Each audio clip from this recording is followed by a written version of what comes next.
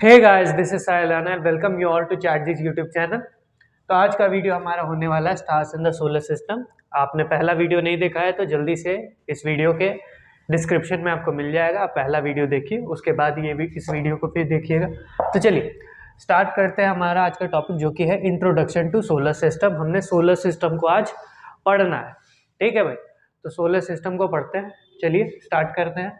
तो solar system का जो इंट्रोडक्टरी पार्ट है, तो उसमें जो पहला टॉपिक है वो हमारा है सन के बारे में, ठीक है। तो सोलर सिस्टम बेसिकली है क्या? सोलर सिस्टम की बात करें तो सोलर सिस्टम में होता क्या क्या है, क्या क्या चीज़ें हैं। सन है आपका, 8 प्लैनेट्स हैं आपके, ठीक है। उसके अलावा एक एस्ट्रॉइड बेल्ट है, ठीक है, एस्ट्रॉइड बेल्ट, ठीक।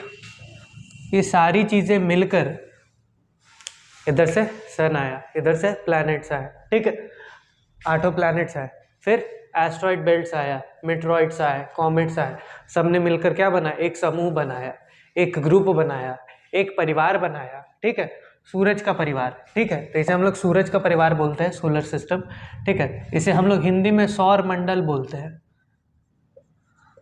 ठीक है, सौर मंडल, ठीक।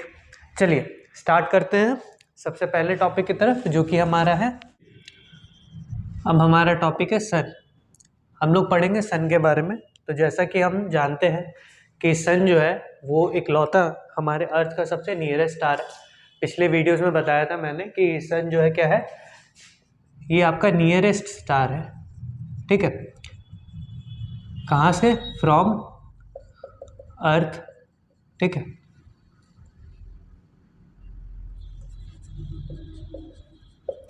ठीक, ये हमारा नियरेस्ट स्टार होता है अर्थ का। उसके साथ साथ ये पूरे सोलर सिस्टम का मेन सोर्स है। क्या है? Main source of light and heat. ये हीट और लाइट का सबसे बड़ा सोर्स है पूरे सोलर सिस्टम में, ठीक है। उसके साथ साथ अगर और इसके बारे में जानेंगे तो इसके अंदर बहुत सारे रिएक्शंस हो रहे होते हैं, ठीक है, रिएक्शंस होते हैं जिस कारण से, ठीक है, इसमें बहुत सारे रिएक्शन, उन रिएक्शंस को हम लोग बोलते हैं nuclear fusion, okay, nuclear fusion reactions बोलते हैं। उन रिएक्शंस के कारण इनके अंदर हीट डेवलप हो रहा होता है और लाइट भी एमिट हो रही होती, तो वही कारण होता है कि हीट और लाइट इनके अंदर से आते हैं। तो सन के बारे में हमने जान लिया, ये क्या है, हमारा नियरेस्ट प्लैनेट है, अर्थ नियरेस्ट स्टार है। अर्थ के सबसे नियरेस्ट स्टार कौन सा है? सन, ठीक है। ये है हमारा main source of heat and light. और इसके साथ साथ इट कॉन्टिन्यूसली, लिखिए इट कॉन्टिन्यूसली। होप आप लोग कॉपी और पेन लेकर बैठे होगे, बाजू वाले का छीनिएगा नहीं, लेकर बैठिए अपना कॉपी पेन, उसके बाद नोट भी करिए। It continuously emit heat and light, ठीक है। ये heat and light continuously emit करता है, ये फ्यूजन होगा, सॉरी, फ्यूजन रिएक्शन, ठीक है, फ्यूजन नहीं फ्यूजन रिएक्शन बोलते हैं।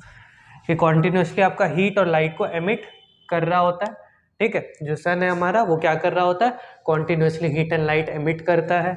उसके साथ साथ ये सबसे नियरेस्ट स्टार भी है, ठीक है, और ये मेन सोर्स होता है हीट एंड लाइट का। चलिए आगे बढ़ते हैं।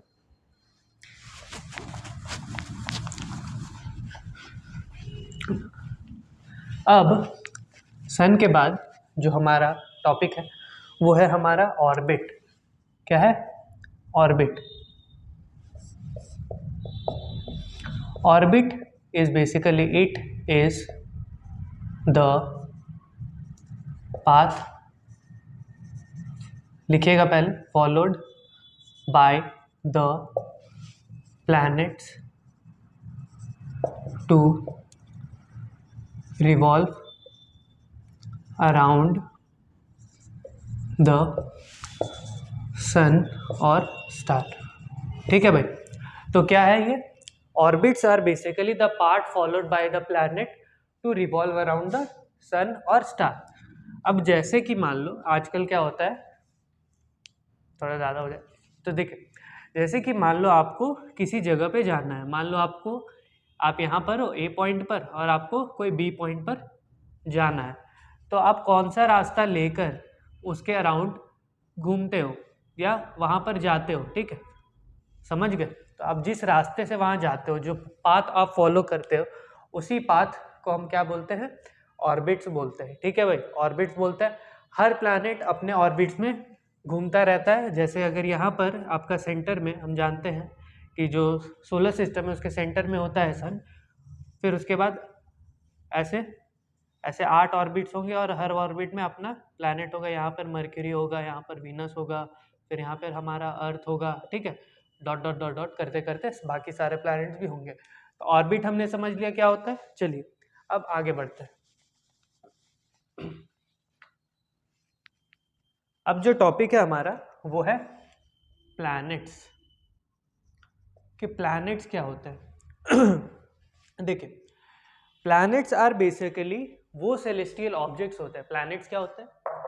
दीज आर दो सेलेस्टियल ऑब्जेक्ट जिनके पास कोई लाइट नहीं होती और ये किसी स्टार के अराउंड क्या करते हैं, घूमते रहते हैं। फॉर एग्जाम्पल जैसे कि मैंने बताया था कि मून जो है, जैसे कि ये मान लो अर्थ था हमारा ना, तो अर्थ के अराउंड जैसे मून घूमता है, चक्कर लगाता है इस तरह से, ठीक है, जैसे सुंदर लड़कियों के इर्द गिर्द लड़के घूमते हैं, उसी तरह सन के अराउंड ये सारे प्लैनेट्स घूमते हैं। सिंपल सी बात है। तो सन के अराउंड ये सारे प्लैनेट्स रिवॉल्व कर रहे होते हैं, ठीक है, और इनके पास कोई हीट है, इनके पास कोई लाइट सोर्स नहीं होता, कोई हीट सोर्स नहीं होता, ठीक है, कोई क्वालिटीज नहीं होती, फिर भी घूम रहे हैं, ठीक है भाई। चलिए आगे बढ़ते हैं। तो इसको लिख लेते हैं, planets are those celestial objects that revolve around any star, किसी स्टार, जैसे कि जो कि हमारा है नियरेस्ट स्टार क्या है, सन है। क्या है भाई हमारा nearest star? Like sun. They don't emit heat and light, किसी तरह का हीट या फिर लाइट एमिट नहीं करते हैं सिवाय कुछ प्लैनेट्स के, जैसे कि वीनस जो है, वीनस जो, अगर अभी हम वीनस के बारे में पढ़ेंगे, हम सभी प्लैनेट्स के बारे में डिटेल में पढ़ेंगे, मरकरी से लेकर के नेपच्यून तक सारे प्लैनेट के बारे में डिटेल में पढ़ेंगे, तो उसमें हम जानेंगे कि वीनस लाइट एमिट करता है। वीनस का जो सरफेस होता है, वीनस हमारा काफ़ी ब्राइट प्लैनेट होता है, जिसे हम लोग मॉर्निंग स्टार, इवनिंग स्टार के नाम से भी जानते हैं।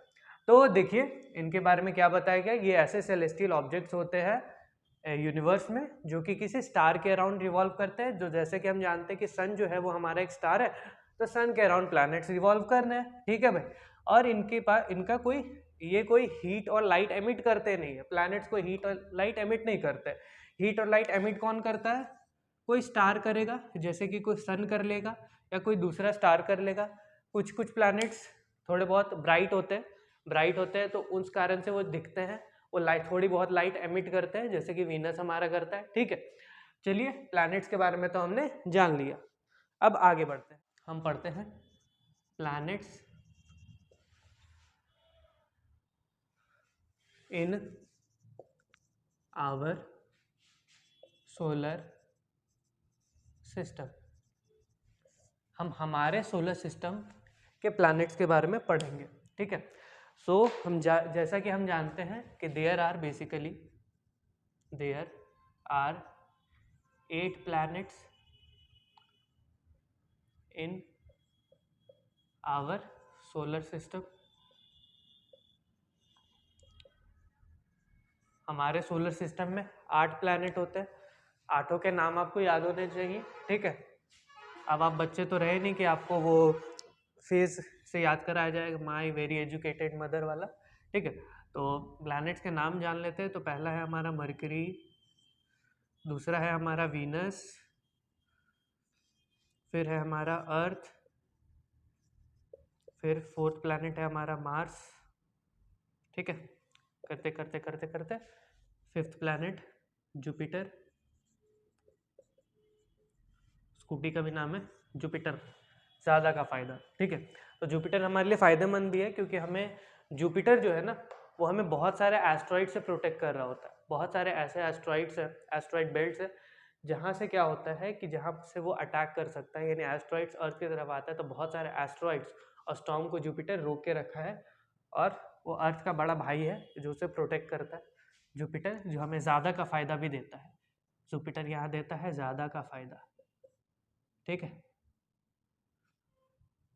ज़्यादा का फ़ायदा फॉर अर्थ। चलिए, जुपिटर के बाद हमारा जो अगला प्लैनेट है वो है सैटर्न। उसके साथ साथ उसके बाद जो हमारा प्लैनेट है यूरेनस, ठीक है, और हमारा 8वां प्लैनेट, लास्ट प्लैनेट है जो नेपच्यून, ठीक है। तो ये सभी प्लैनेट्स हैं। तो there are 8 planets in our solar system, जिनके नेम्स यहाँ पर दिए गए हैं, नाम लिख दिया गया है, नोट जरूर करिएगा पॉज करके। अपने पहले प्लैनेट की तरफ बढ़ते हैं जिसका नाम है मरक्यूरी। मरकरी के बारे में जानते हैं। तो मरकरी हमारा सबसे पहला प्लैनेट है, ठीक है, ये हमारे सोलर सिस्टम का फर्स्ट प्लैनेट है।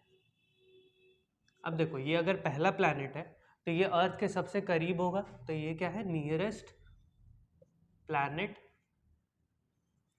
टू, सॉरी अर्थ नहीं, सन के सबसे करीब होगा, नियरेस्ट प्लैनेट टू सन। उसके साथ साथ ये सबसे स्मॉलेस्ट प्लैनेट भी है, ये हमारे सोलर सिस्टम का सबसे छोटा प्लैनेट, ठीक है, छोटा सा, इत्तू सा, स्मॉलेस्ट प्लैनेट है हमारा मरकरी। ये हमारा पहला प्लैनेट है, और ये अर्थ सन के प्रेजेंस के कारण, due to the presence of सन के प्रेजेंस के कारण ये एक विजिबल नहीं होता है। क्या नहीं होता है? ये विजिबल नहीं होता है, बट समटाइम्स ये आपको अर्ली सनराइज में दिखता है, यानी सनराइज से थोड़ा सा पहले आप मर्क्यूरी को देख सकते हो। ये इसको आप अर्ली सनराइज में देख सकते हो, या फिर पोस्ट सनसेट, या फिर सनसेट के बाद, पोस्ट सनसेट के बाद आप इसे देख सकते हो। किसे देख सकते हैं भाई? हम लोग मरकरी को देख सकते हैं। मरकरी हमारा प्लैनेट है, और सन के प्रेजेंस के कारण, नहीं, सन से इतनी ज़्यादा लाइट आ जाती है कि वो मरकरी दिख ही नहीं पाता।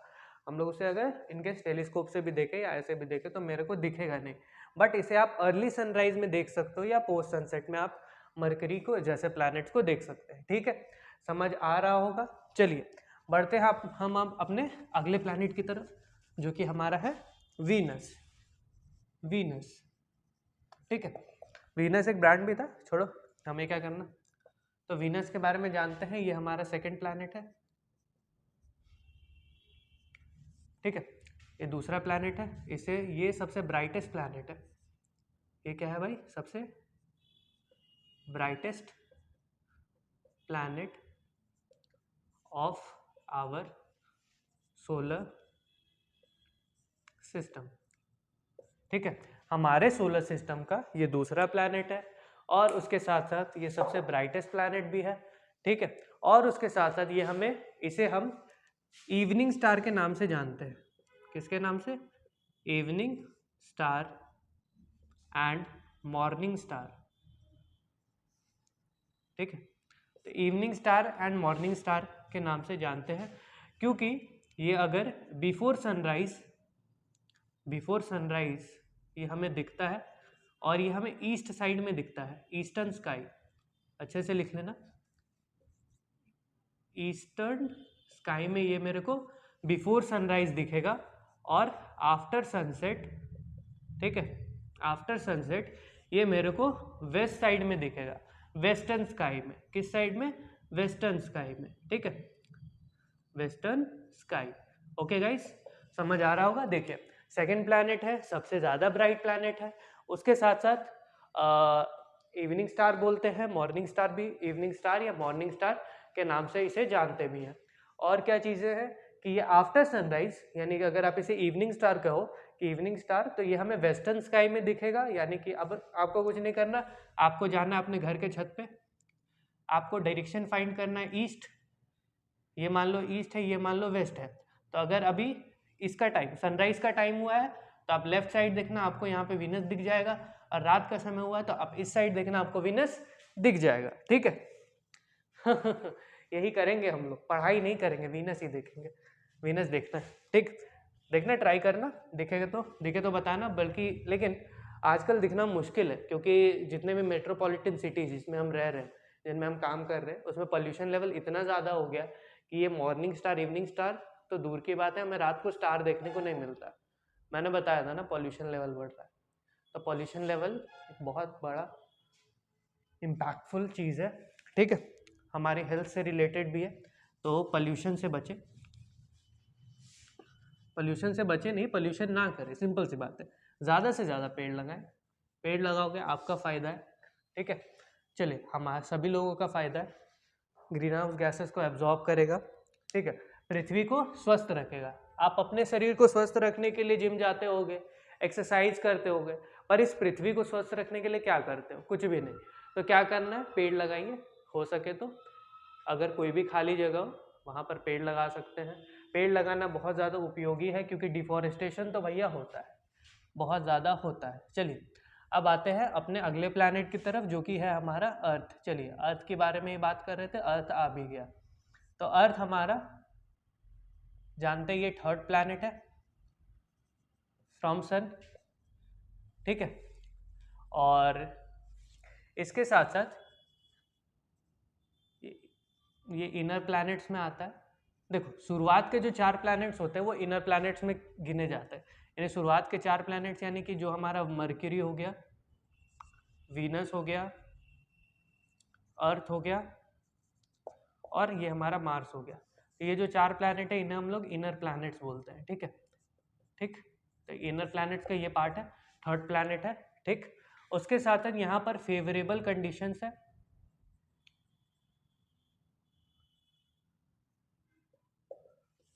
फेवरेबल कंडीशंस है फॉर हैबिटेट। हैबिटेट के लिए यहाँ यही इकलौता प्लैनेट जहाँ पे फेवरेबल कंडीशन है, क्योंकि यहाँ पर ही है बहुत ज़्यादा पानी है प्रचुर मात्रा में। उसके साथ साथ पानी के अलावा जो सबसे ज़रूरी चीज़ है, हवा, एटमॉस्फेयर भी है यहाँ पर, एकदम सही है। उसके साथ साथ एक और चीज़ है कि इसका जो डिस्टेंस है ना, डिस्टेंस जो अगर हम लोग यहाँ पर अगर सन है और यहाँ पर अगर अर्थ है, तो इसका डिस्टेंस इतना सही है कि यहाँ पर बहुत ज़्यादा ठंड भी नहीं होती और यहाँ पर बहुत ज़्यादा गर्मी भी नहीं होती, ठीक है। तो अगर आप मरकरी के पास चले जाओ तो मरकरी तो सन से एकदम बगल में है, तो वहाँ पे बहुत ज़्यादा गर्मी होगी। अगर आप जुपिटर पे चले जाओ, नेपच्यून पे चले जाओ, तो वो तो बहुत ज़्यादा दूर है, तो वहाँ पे तो हमें ठंडी हो जाएगी। बट ये इकलौता ऐसा प्लैनेट है अर्थ कि जहाँ पर सन से अर्थ का डिस्टेंस इतना एक्यूरेट है कि टेम्परेचर बहुत ज़्यादा ये नहीं करता, टेम्परेचर में बहुत ज़्यादा फ्लक्चुएशन देखने को नहीं मिलता है, ठीक है। तो सन से अर्थ का डिस्टेंस है एकदम एक्यूरेट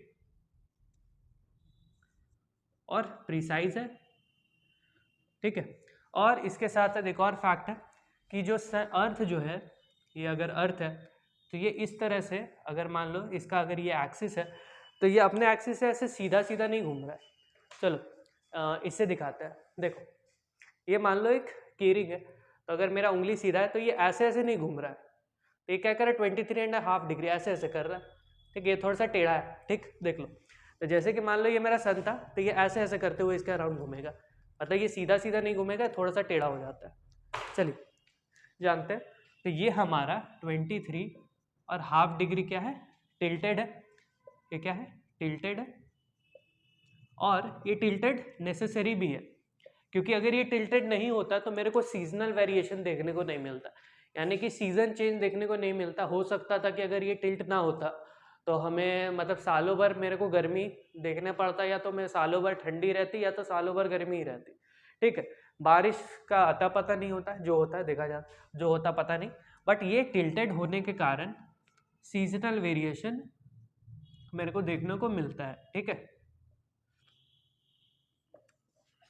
ठीक है भाई, तो इतनी सारी बातें हैं अर्थ के बारे में। चलिए आगे बढ़ते हैं नेक्स्ट टॉपिक की तरफ।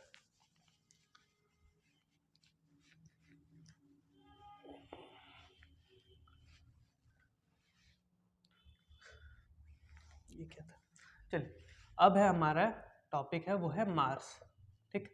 अब आते हैं मार्स। तो हम जानते हैं कि हम लोग मार्स पे पहुंच चुके हैं, इसरो ने पहला सैटेलाइट लॉन्च किया था, ठीक है, और हम लोग मार्स पे पहुंच चुके हैं। तो मार्स के बारे में हम जानते हैं, मार्स को हम लोग, ये हमारा 4th प्लैनेट है, चलिए ये तो जान गए कि ये हमारा क्या फोर्थ प्लैनेट। उसके साथ साथ इसे हम कहते हैं रेड प्लैनेट, लाल ग्रह।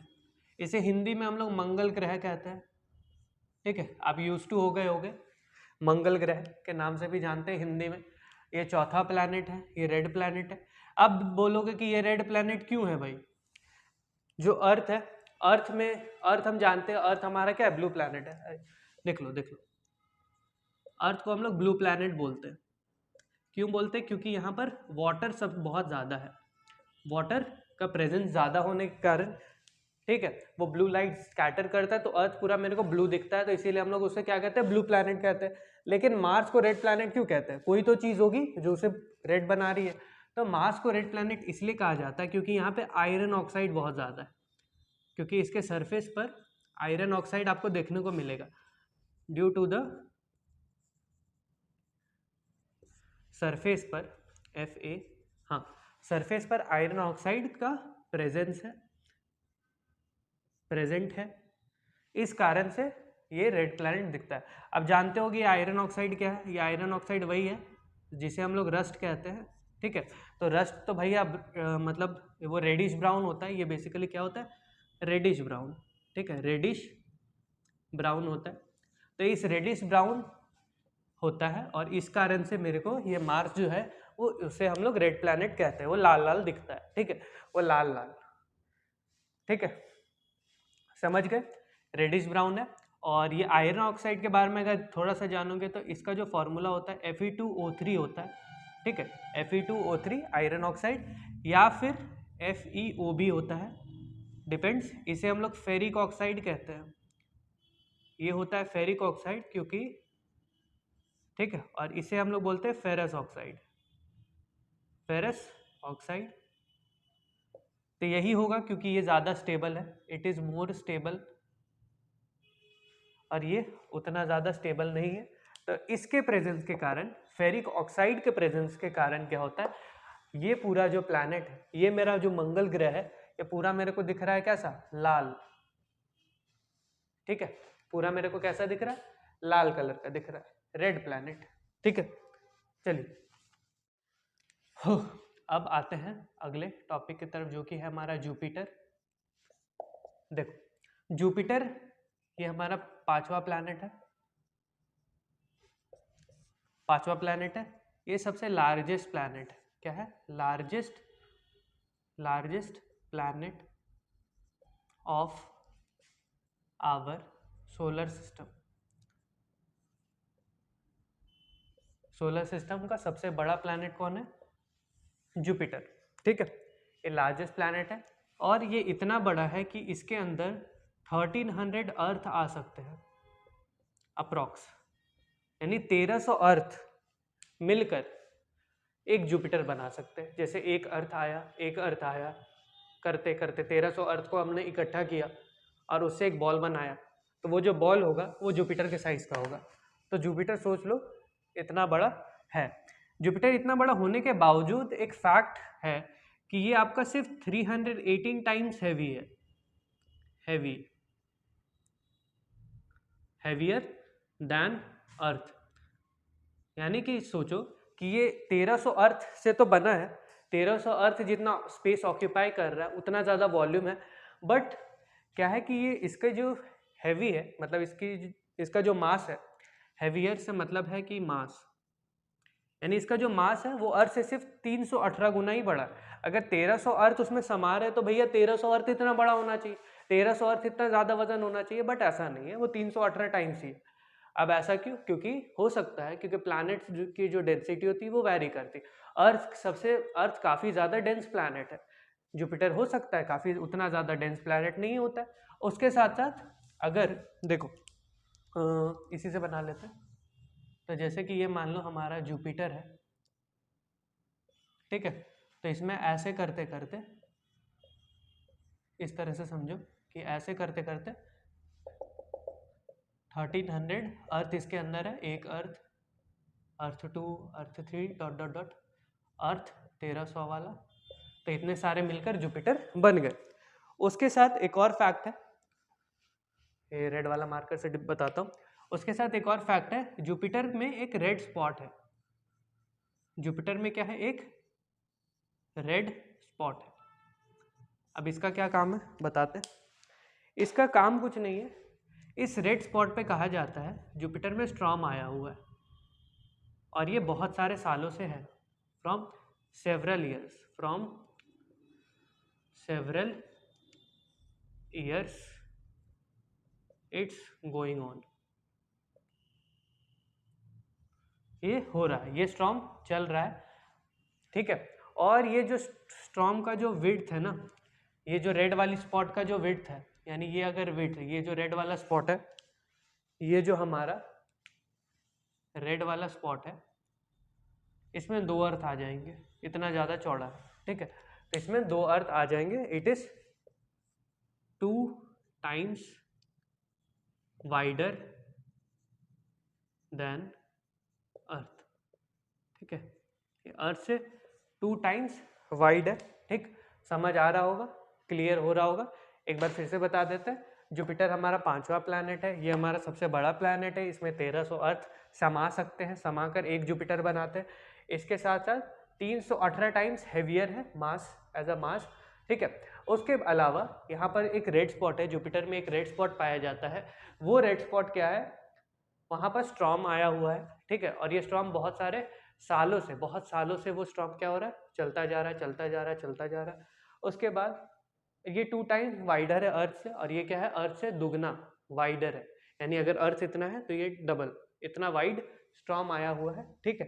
अब बहुत सालों से चल रहा है, रुकने का नाम नहीं है, ठीक है। तो जुपिटर के बारे में हमने जान लिया, चलिए बढ़ते अपने नेक्स्ट प्लैनेट की तरफ। प्लैनेट है सैटर्न, ठीक है, ठीक है। तो ये हमारे अगले प्लैनेट है सैटर्न। इकलौता ऐसा प्लैनेट है जिसके पास रिंग है, इट हैज रिंग,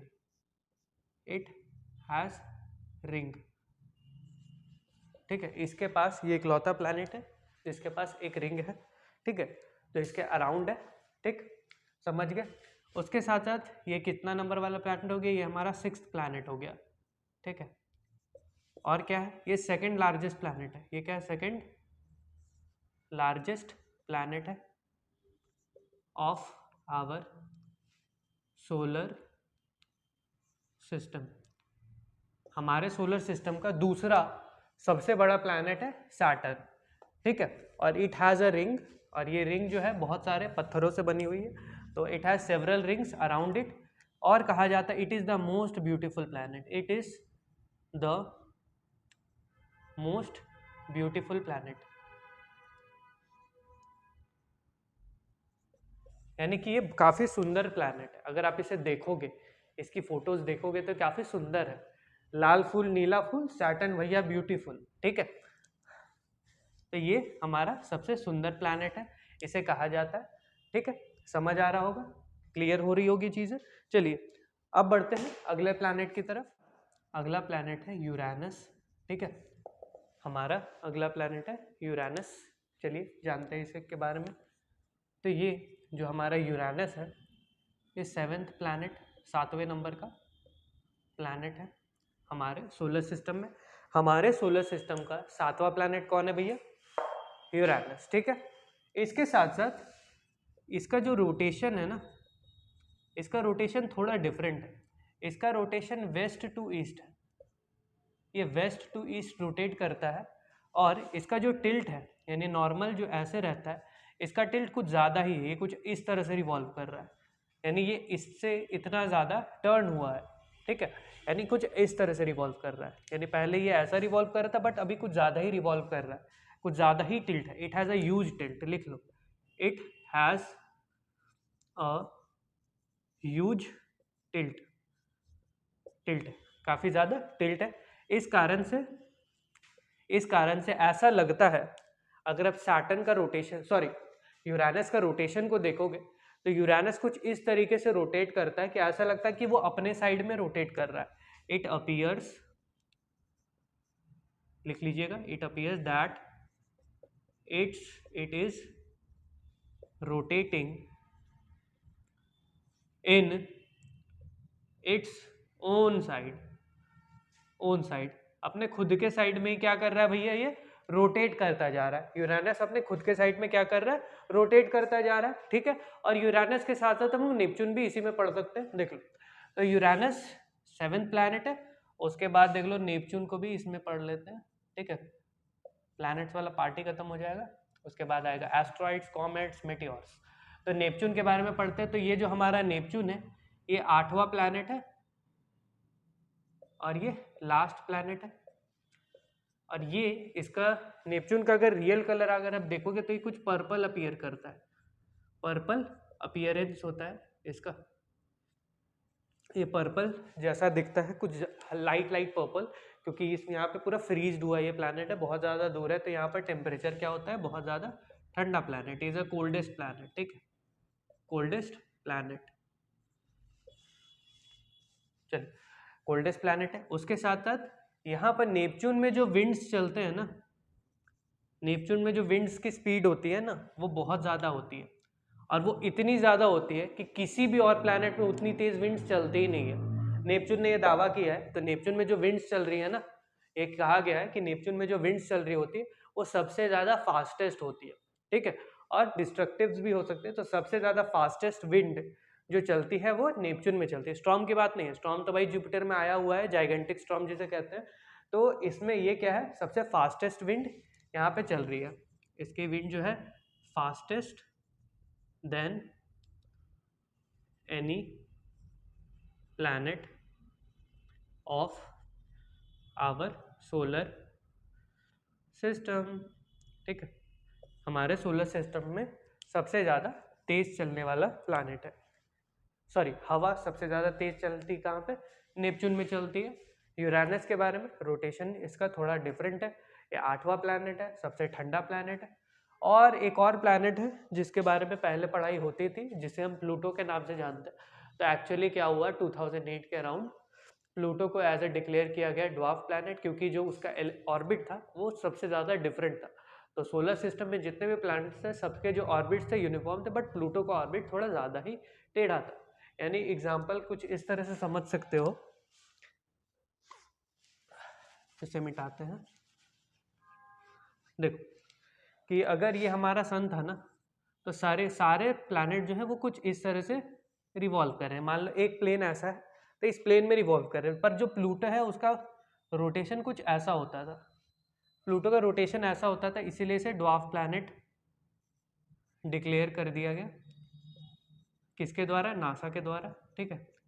नासा ने प्लूटो को कर दिया declare as a dwarf planet, क्योंकि इसका डिस्टेंस भी क्या हो रहा था, काफ़ी ज़्यादा था। डिस्टेंस क्या था, फार था, वेरी फार फ्रॉम सन। और ये भी हमारा रेडिश अपीयरेंस वाला प्लैनेट था।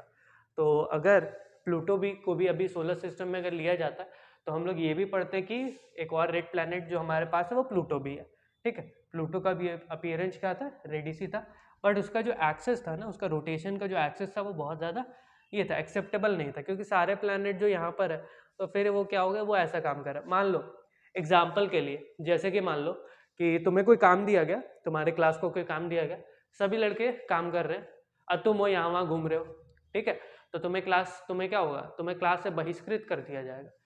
मान लो स्कूल में अगर गेम्स पीरियड है, ठीक है, और गेम्स पीरियड में लाइब्रेरी जाओगे तो अच्छी बात है, लेकिन लाइब्रेरी के पीरियड में गेम्स जाओगे तो बहुत बुरी बात, बहुत बुरी बात है भाई।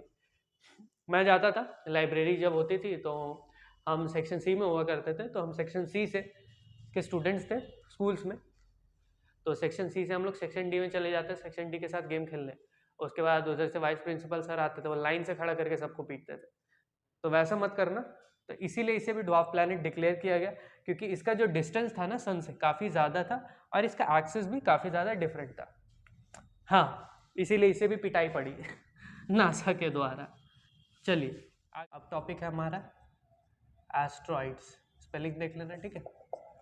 स्पेलिंग्स में मैं थोड़ा कच्चा हूँ, तो एस्ट्रॉइड्स के बारे में जानते हैं। तो asteroids are basically those celestial objects, it has basically those smallest celestial object, काफ़ी छोटे सेलेस्टियल ऑब्जेक्ट्स होते हैं ये, ठीक है।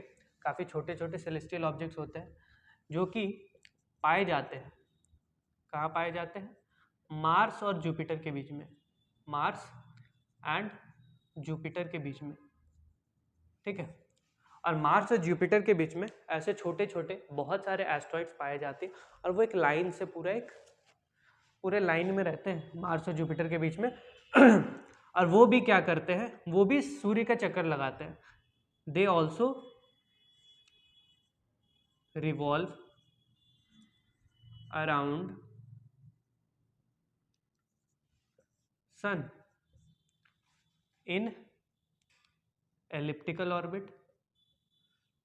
एलिप्टिकल जानते होगे, नहीं जानते तो बताता हूँ। एलिप्टिकल बेसिकली कुछ ऐसा होता है, कुछ ऐसा, यानी कि एक सर्कल है, जैसे कि ये हम जानते हैं कि ये एक सर्कल है, ये इसका सेंटर है, ये एक रेडियस होगा, वो हर जगह सेम होगा। बट एलिप्स का सीन थोड़ा अलग है। एलिप्स को अगर देखोगे तो एलिप्स थोड़ा सा दबा हुआ सर्कल, यानी वो कुछ ऐसा दिखेगा, देखो कुछ ऐसा दिखेगा। तो यहाँ पे एलिप्स के दो सेंटर्स होते हैं जिन्हें हम लोग फोकस बोलते हैं। तो ये होता है फोकस। तो कहा जाता है कि सन हमारा फोकस पे ही प्रेजेंट होता है, बाकी प्लैनेट, जितने भी प्लैनेट्स हो गए, चाहे वो अर्थ हो गया या कोई भी प्लैनेट हो गया, सब एलिप्टिकल ऑर्बिट में ही इसके अराउंड क्या कर रहे होते हैं, रिवॉल्व कर रहे होते हैं। किसके अराउंड रिवॉल्व कर रहे होते हैं, इसके अराउंड, सन के अराउंड रिवॉल्व कर रहे होते हैं। तो कुछ ऐसे रिवॉल्व करेंगे, तो यहाँ पर ही हमारा अर्थ हो जाएगा और वो ऐसे रिवॉल्व करे। तो सन से एक टाइम पे वो बहुत ज़्यादा दूर होगा और एक टाइम पे वो बहुत ज़्यादा क्लोज होगा। ठीक है, क्लियर हो रही है बात। तो फोकस पे बोलते हैं। और ये दो फोकसेस होते हैं, तो दोनों फोकस को मिला के एक शब्द आता है फोकाई। तो foci is nothing but plural of focus. ये क्या है, फोकस का प्लूरल है, जैसे हम लोग फोकाई कहते हैं। ठीक है भैया, अब समझ लो इसको। ये सेलेस्टियल ऑब्जेक्ट्स होते हैं, मार्स और जुपिटर के बीच में पाए जाते हैं। ये भी सन के अराउंड रिवॉल्व करते हैं इन एलिप्टिकल ऑर्बिट। ऑर्बिट लिख लेना, ठीक है, कॉपी किताब लिख के, पेन कॉपी लेके बैठना। उसके साथ साथ ये एस्ट्रॉइड जितने भी हैं, तो बहुत सारे एस्ट्रॉइड एक नहीं होंगे, तो बहुत सारे एस्ट्रॉइड्स मिलकर जो साथ में रहते हैं मार्स और जुपिटर के बीच में, उन्हें हम लोग एस्ट्रॉइड बेल्ट भी कहते हैं। ठीक है, एस्ट्रॉइड्स फॉर्म्स, लिख लेते हैं, फॉर्म्स एस्ट्रॉइड बेल्ट। ठीक है, तो एस्ट्रॉइड बेल्ट इन्होंने फॉर्म किया है। ठीक है, इन्होंने एस्ट्रॉइड बेल्ट फॉर्म किया है मार्स और जुपिटर के बीच में। यहाँ पर मार्स है और यहाँ पे जुपिटर है, इन दोनों के बीच में यहीं पर होंगे। ठीक, तीन तिगाड़ा काम बिगाड़ा। ठीक, तो यहाँ पर हो गया मार्स, देख लो, यहाँ पर हो गया जुपिटर, और इसके बीच में यहाँ पर पूरा एस्ट्रॉइड बेल्ट। ठीक, कुछ इस तरह से समझ गए। चलिए आगे बढ़ते हैं।